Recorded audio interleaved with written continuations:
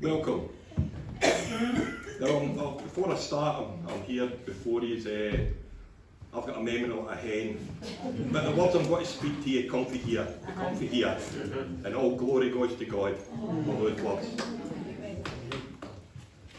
I read my Bible every day, and on a rare occasion when I'm reading my Bible, I'll come to a word, or I'll come to a passage, or even a chapter, and it's as if those words just jump out the Bible to me, as if time stood still, as if I can't get by those words, and I'm reading them, and I read them, and I read them. And this happened to me just recently, and there were 5 words, and the words came to Matthew chapter 16 verse 18, and those 5 words were, I will build my church.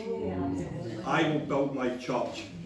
And I truly believe that Jesus Christ is building a church in here. I believe that Jesus Christ has got his hands in a church here.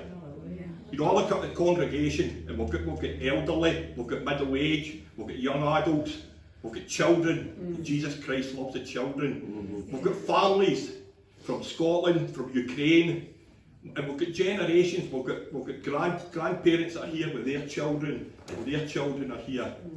And it's a wonderful thing, and we've all been in journeys with God. We've all been in journeys, and most of the people in here probably didn't start their journeys in this village in Kirkconnell. So we've got people coming from all over the United Kingdom, and we've all had journeys, and some have had longer journeys than others, and some have had harder journeys than others. And I'm quite sure we've all had obstacles put in our journeys. But they say these obstacles are put in front of us. But the thing that gets me is, we've all made these journeys, and at the end of the journey, when we've made the journey, we've all ended up here. We've all ended up at Kirkconnell Community Church, and I find that truly amazing. For whatever the reason we've all ended up here, I don't know, but God knows. God knows what the reason is here. The second thing I was wanting to say about was, and the Bible also says that old men will dream. And I'm going to put myself in that category.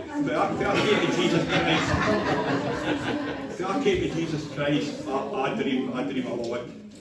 I dream a lot. And one of the most common dreams for me, quite regular, is I dream about it's a flat like glass, and on it it's a country, the outline of a country, and there's lines go across it for boundaries or different areas. And right through the middle of this country is a huge blue and white salt tire. That's how I know it's Scotland.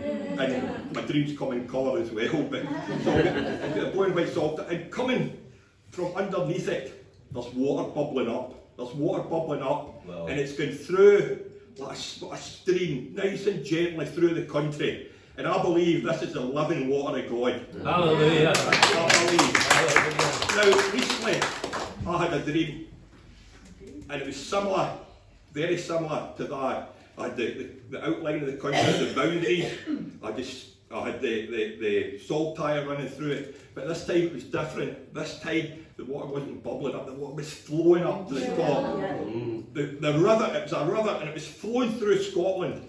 It was breaking down, all those boundaries were broken down. There was Dumfries and Galloway, there was Ayrshire, there was Glasgow, there was Lanarkshire, there was Edinburgh, there was Aberdeen, Inverness, Highland and Ireland. Every one of them was broken down, and this is a living water of God crashing through Scotland. And I don't believe that revival is coming to Scotland. I believe revival is here. I believe revival has started in Scotland. And if there's anybody else has a word, a dream, or a vision, come up and share it. Because our God is not a quiet God. Our God's not a silent God. Our God is a mighty God, a victorious God. Our God is our God. So I just end with, and I'll say this.